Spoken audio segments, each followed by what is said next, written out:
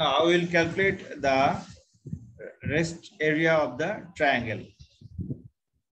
মনে করো তোমার একটা জমি আছে, তোমার জমির শেপটা ঠিক এমন যে জমির তিনটা আইল দেওয়া আছে, তিনটা আইলের ভিতরে এই বাম সাইডে যেটা দেখতে পাচ্ছ এটা ধরে নাও দেওয়া আছে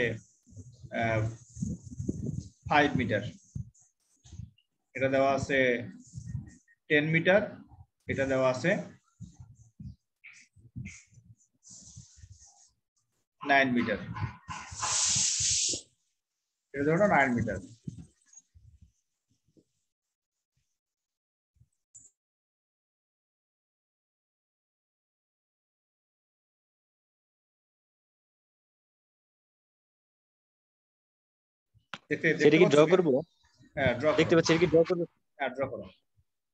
এখানে তোমার একটা জমি দেওয়া আছে, জমিতে মানে উদ্দীপকটা আসলে এমন যে মনে করো রহিম আর করিম দুই বন্ধু, এর ভিতরে রহিমের একটা জমি দেওয়া আছে, জমির ঠিক তিনটা আইলের সাইড দেওয়া আছে। এখন কোন কারণে রহিমের সাথে করিমের মনোমালিন্য হওয়ার পরে করিম ঠিক তার জমির মিডলে দিয়ে একটা গরু বেঁধে আসলো, এখানে সেটা গরু বেঁধে আসলো। এখন তার উদ্দেশ্য হচ্ছে যেন গরু সুন্দরভাবে এতটুকু জায়গা জুড়ে সবুজ অংশ এই ঘাস সম্পূর্ণ খেয়ে ফেলবে বা ফসলটা খেয়ে ফেলবে। এখন গরুর যে রশির দৈর্ঘ্য, এই রশির দৈর্ঘ্য ধরে নাও এটা দেওয়া আছে 3 মিটার, এটা দেওয়া আছে ধরে নাও 2 মিটার, এটা 3 এর 2 মিটার ধরে নাও, গরুর রশির দৈর্ঘ্য দেওয়া আছে 2 মিটার। এখন বলা হচ্ছে যে রহিমের জমি, এখানে জমিটা কার ধরলাম রহিমের জমি, আমাদের উদ্দীপক অনুযায়ী এটা রহিমের জমি আর করিমের গরু, করিমের গরু। এখন এতগুলা ভ্যালু দেওয়ার পরে আমাদের জাস্ট বের করতে হবে যে রহিমের জমির কতটুকু অংশের ফসল অবশিষ্ট রইল। রহিমের জমি লিখে নাও। স্যার করিমের গরু কোনটা স্যার? করিমের গরু মিডলে দেওয়া আছে, বাধা আছে, যেটা ঠিক এই বৃত্তাকার পথে সম্পূর্ণ অংশ জুড়ে সে সম্পূর্ণ ফসল খেয়ে ফেলবে। জি স্যার। তাহলে যতটুকু অংশ ফসল খাইতে পারবে না সেই অংশটুকু হচ্ছে, আমি যদি মার্কিং করে দিই, সেই অংশটুকু হলো ঠিক এই অংশটুকু না স্যার? রহিমের জমি হচ্ছে সবুজ। রহিমের জমি সবুজ না, রহিমের জমিটা হচ্ছে এই যে নীল টাইপের, যেটা এই যে নীল টাইপের সম্পূর্ণ রহিমের জমিটা হলো সম্পূর্ণ নীল টাইপের। জি স্যার। আর করিমের গরু যে অতটুকু অংশ জুড়ে খাইবে অতটুকু অংশ সবুজ, মানে ওইটুকু হচ্ছে করিমের এলাকা। ওইটুকু করিমের এলাকা না, ওইটুকু হলো করিম ইচ্ছা করে রহিমের জমিতে গরু বেঁধে আসছে, কারণ দুইজনের ভিতরে মনোমালিন্য হয়েছে। জি স্যার। এখন উদ্দেশ্য মানে আমরা কি নির্ণয় করব? আমরা নির্ণয় করব রহিমের জমির কতটুকু অংশের ফসল অবশিষ্ট থাকবে। আসলে আমরা বের করব কতটুকু, আমরা বের করব হচ্ছে এই অংশটুকু, আমি মার্কিং করে দিচ্ছি, আমরা বের করব হচ্ছে এই অংশটুকু, এই যে যতটুকু ক্রস সাইন দেওয়া আছে, আমরা ক্রস সাইনের অংশটুকু বের করব, তাই না? So write an algorithm or draw a flowchart to find out the rest area of the Rohim's land. So the CQ is, আগে CQ-টা লিখে নাও। Consider the Rohim's land area is a triangular shape. Humaira মনে হয় join করছে। হ্যাঁ হুমায়রা, শুনতে পাচ্ছ আমাকে? Yes. So আগে স্ট্রিমটা ভালো করে বুঝে নাও। Consider the Rohim's land area is a triangular shape and the land are three-sided triangular shape area is 5 meter. This 5 meter, this is 10 meter, and this is 9 meter. And the Rohim's friend Korim tie a cow with a rope of the radius or length of the rope is 2 meter, and the cow is grazing in the field. Now calculate calculate the area of the calculate the rest area of the Rohim's land to draw a flowchart and to write an algorithm. তাহলে আমাদের উদ্দেশ্য হচ্ছে আমরা প্রথমে ট্রায়াঙ্গেলের area নির্ণয় করব, এরপরে হচ্ছে আমরা সার্কেলের এরিয়া নির্ণয় করব, করে দুটো থেকে মাইনাস করব। মাইনাস করলে আমাদের কি রেস্ট এরিয়া বের হবে না? বের হবে স্যার। আচ্ছা, তাহলে আমরা ট্রায়াঙ্গেলের এরিয়া পাইলাম, এখানে 5 দেওয়া আছে, এটা দেওয়া আছে 9, এটা দেওয়া আছে কত 10। তাহলে এটার এরিয়াটা হবে হচ্ছে area A is equals to square root s into s minus a s minus b s minus c। আচ্ছা, এখানে s টা কত? s টা হচ্ছে half perimeter. So where s is equals to 5 plus 9 plus 10 divided by কত হবে sir? 10 divided by 2 হবে। 2 হবে স্যার। হাফ পেরিমিটার, হাফ পেরিমিটারটা হচ্ছে তোমার সবগুলো আর্ম প্লাস করতে হয়, সবগুলো আর্ম প্লাস করে তারপরে ওই সবগুলো আর্মকে 2 দিয়ে ডিভাইড করতে হয়। তো ডিভাইড করলে আমরা সেখানে হাফ পেরিমিটার পেয়ে যাচ্ছি, আর হাফ পেরিমিটারের সাথে আমাদের ফর্মুলা অ্যাপ্লাই করতে হবে a is equals to square root, যে ফর্মুলাটা লিখে দিয়েছি এটা অ্যাপ্লাই করতে হবে। তাহলে এটা হচ্ছে আমাদের, ধরো নাও এটা হচ্ছে আমাদের first area A1, this is first area A1, and the second area of the circle, second area of the circle is A2. So A2 is our second area. So A2 will be pi r square. So pi r square, pi 3.1416 into r square, তাই না? into r square বলতে এখানে দেওয়া আছে 2 square, দেওয়া আছে কত 2 metre না? আমাদের রোপের লেন্থ হলো 2 মিটার। এখন আমাদের বের করতে হবে রেস্ট এরিয়া। যে রেস্ট এরিয়ার জন্য ভ্যারিয়েবল নেওয়া হচ্ছে a, ভ্যারিয়েবল নেওয়া হচ্ছে a। তাহলে a is equals to আমাদের লিখতে হবে a1 minus a2, a1 minus a2। এইটা হচ্ছে আমাদের ফাইনাল ফর্মুলা। বুঝা গেল কি?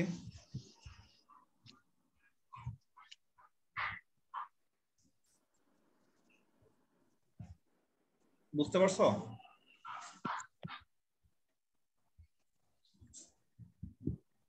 জি স্যার, বুঝতে পারছি স্যার। আচ্ছা, ওকে। এখন প্রশ্ন হচ্ছে, আমি যে ভ্যারিয়েবল গুলা মান দিয়ে দিয়েছি, যদি মানগুলো দেওয়া না থাকে, ধরে নাও আমাদের ল্যান্ডের জন্য 3টা আর্ম দেওয়া আছে এবিসি, আর আমাদের রোপ লেন দেওয়া আছে হচ্ছে আর, যেটা হচ্ছে আমাদের টোটাল এতটুকু অংশ জুড়ে গোটা বিতরণ করবে, তাই না? এটা রোপ লেন দেওয়া আছে আর। তাহলে এই কন্ডিশনে আমাদের বের করতে হবে rest area of the land. তখন এটার জন্য আমাদের ফ্লোচার্ট ডিজাইন করতে হবে।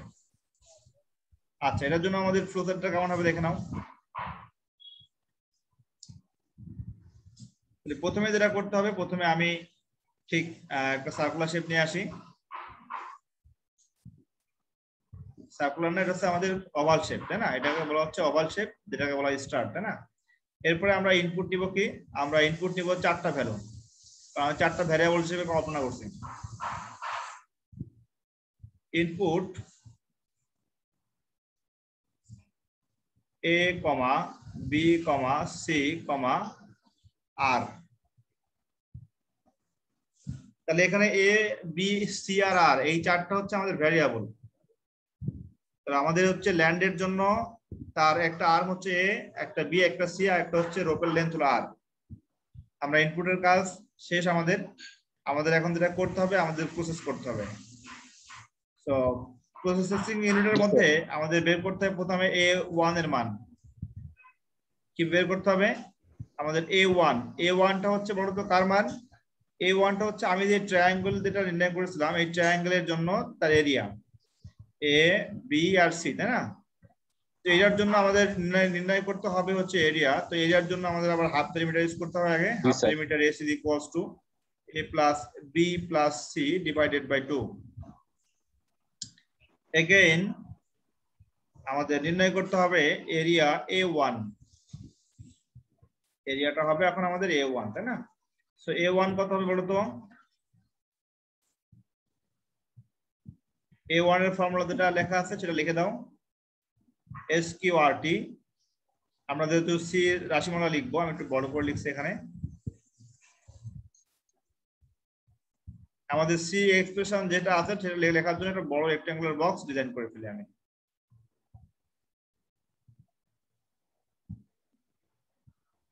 সরি, এটা হয়নি।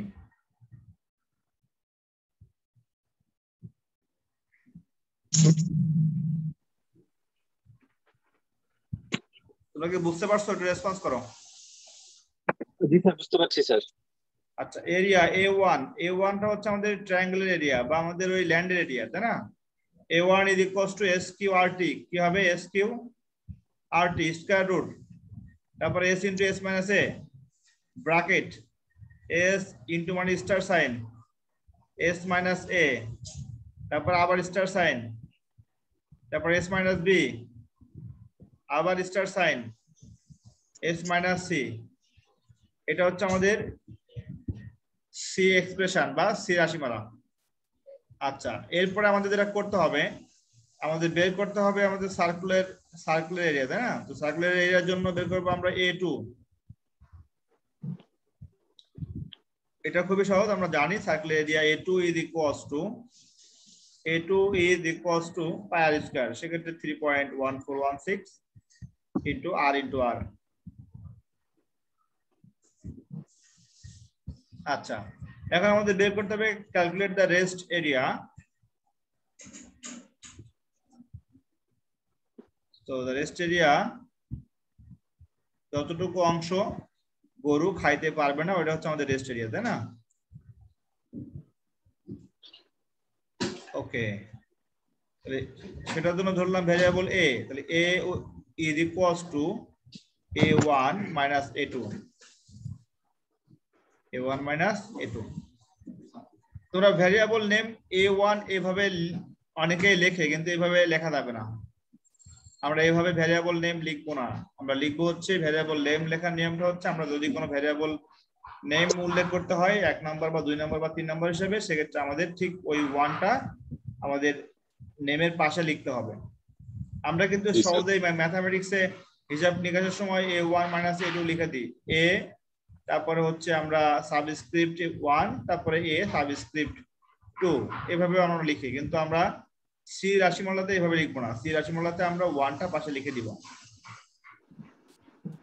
না, আমাদের মূল আউটপুটটা পেয়ে গেছি, calculate the rest area of the land. So we have to print this area, now print A. এখন লিখে নাও প্রিন্ট এ। একটু রেসপন্স করো হুমায়রা, বুঝতে পারছো কিনা? প্রিন্ট এ, দেন স্টপ।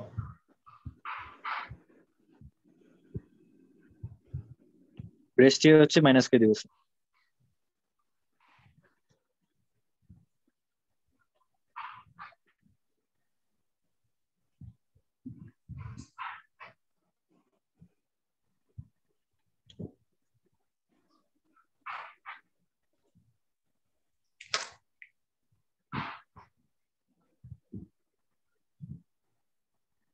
তোমরা যদি কখনো এগ্রিকালচারাল কোনো ইউনিভার্সিটিতে ভর্তি হও বা যদি যে কোনো কৃষি অনুষদে ভর্তি হওয়ার ইচ্ছা থাকে, বাংলাদেশ যেহেতু কৃষি নির্ভর দেশ, বাংলাদেশ কৃষিতে অনেক ভালো করছে। যদি এগ্রিকালচারাল সাইটে কেউ দাঁড়াতে চাও, সেক্ষেত্রে তোমাদের বিশ্ববিদ্যালয়ে ভর্তির সময় তোমাদের ছোট ছোট ল্যান্ড দিবে চাষ করার জন্য। সেখানে নিজে ওই লাঙল টাঙল নিয়ে, লাঙল তো না, জাস্ট কিছু আধুনিক যন্ত্রপাতি দিয়ে তোমাকে কিছু চাষ করতে হবে। চাষ করে সেখানে আবার প্র্যাকটিক্যালি করাইতে হবে। হ্যাঁ, আমি আমাদের বিশ্ববিদ্যালয়ে দেখেছি যারা এগ্রিকালচারে পড়ে, ওরা হচ্ছে তোমার ওই যে মনোসেক্স হুইট বলতে, যেটা গমের যে উৎপাদনটা এখন তো ডাবল, অর্থাৎ ওটা অবশ্যই জিন প্রকৌশল করে তৈরি করা। তো এখন ফসলের দিক থেকে বাংলাদেশ অনেক সমৃদ্ধ আগের থেকে, তাই না? তো ধরে নাও একই ডিপার্টমেন্টে ভর্তি হইলা তুমি আর হুমায়রা, এরপরে মনে করো তুমি পড়লা হচ্ছে ভেটেরিনারি সায়েন্সে আর সে পড়লো হচ্ছে বোটানিক্যাল সায়েন্স। এখন দুইজনের ল্যান্ড আছে, একজনের ল্যান্ড দেওয়া আছে আর একজনের আছে মনে করো ছাগল বা গরু। এখন দুইজনের ভিতরে মনে করো ঝগড়া হইলো, তোমরা দুইজন শাহরিয়ার ধরে নাও তার ছাগলটা দিয়ে বেঁধে আসলো হুমায়রার সেই ল্যান্ডের ভিতরে। এবার ভিতরে যতটুকু বেঁধে আসলো, ছাগল বাচ্চা আমার কাছে, আমি কেন বাচ্চা যাবো? না ওই যে দুইজনের মনোমালিন্য হয়েছে, এখন তো একজনের ক্ষেত নষ্ট করতে হবে। জি স্যার। আচ্ছা ধরে নিচ্ছে এখন যেহেতু ভেটেরিনারি সায়েন্সে সাধারণত ছেলেরাই পড়ে, মেয়েরা বেশি পড়ে না, মেয়েরাও পড়ে। এখন কৃষিতে অনেক ডেভেলপ বাংলাদেশ। আমাদের দেশের একটা ছেলেকে আমি দেখলাম যে সে ইংল্যান্ড থেকে পড়াশোনা করে আসছে, কিন্তু বাংলাদেশে এসে সে একটা বড় ডেইরি ফার্ম দিছে, এবং মোটামুটি ইন্টারন্যাশনাল মানের ডেইরি ফার্ম। সেখানে প্রায় তার গাভী আছে 80+। এটা হলো চট্টগ্রামে। তো আমি জি দেখলাম স্যার। সেখানে তার বেশ মানে আর্নিং হয় সেখান থেকে। আর সে এখন যে প্রক্রিয়ায় সে সামনের দিকে আগাচ্ছে, আমার মনে হয় খুব দ্রুতই কয়েকশো গাভী তার ফার্মে সে হলো নিয়ে আসবে, সবগুলাই বাইরের দেশের গরু। এবং এক একটা প্রায় তোমার 25 লিটার বা 30 লিটার করে এখন এখন দুধ দিচ্ছি। এখন মনে করো যদি বাংলাদেশের চকলেট ফ্যাক্টরি যদি ভালো একটা চকলেট ফ্যাক্টরি তৈরি করতে পারে বাংলাদেশ, তখন তো মনে করো ডিমান্ড আরো বাড়বে। জি স্যার।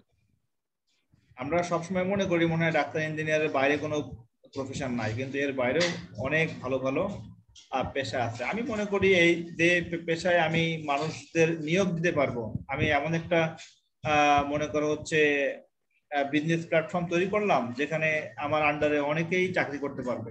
তার মানে আমার জি স্যার, নিজে তো বাংলাদেশে আর্নিং কিন্তু স্যার হলো। এক্সপোর্ট কোয়ালিটির কোনো চকলেট নাই স্যার, এরকম যে ডেইরি মিল্ক ইসের মতো, আমুলের হ্যাঁ, মতো ওদের মতো কোনো চকলেট কোম্পানি নাই স্যার। বাংলাদেশে একটা কোম্পানি আছে, তার নাম হচ্ছে পারফেক্টিভ ভ্যান মেলে। পারফেক্টিভ ভ্যান মেলে বাংলাদেশের মোটামুটি 90% চকলেট তৈরি করে এই কোম্পানি। এদের ও অনেকগুলা ব্রাঞ্চ আছে। এই কোম্পানি হচ্ছে নেদারল্যান্ডসের।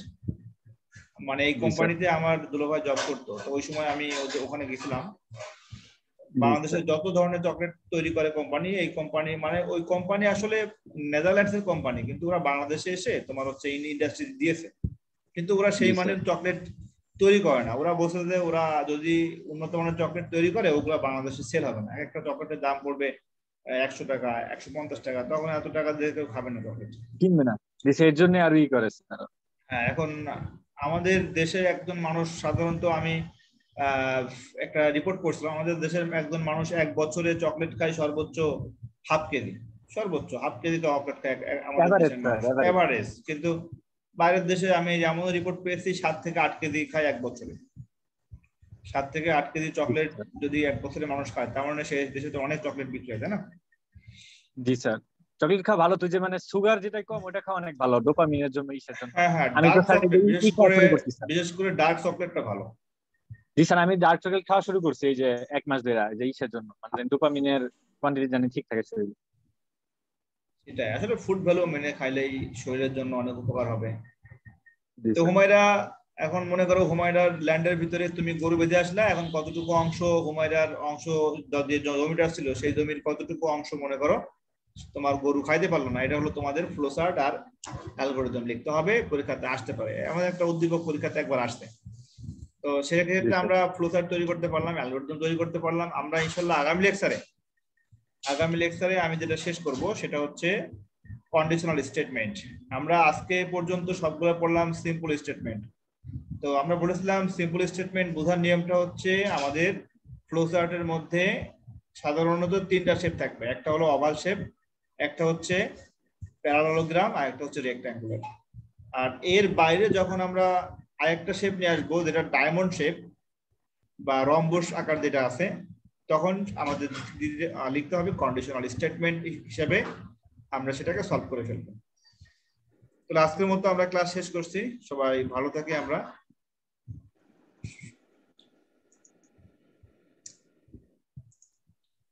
ওকে, আল্লাহ হাফেজ। হ্যাঁ। আচ্ছা স্যার।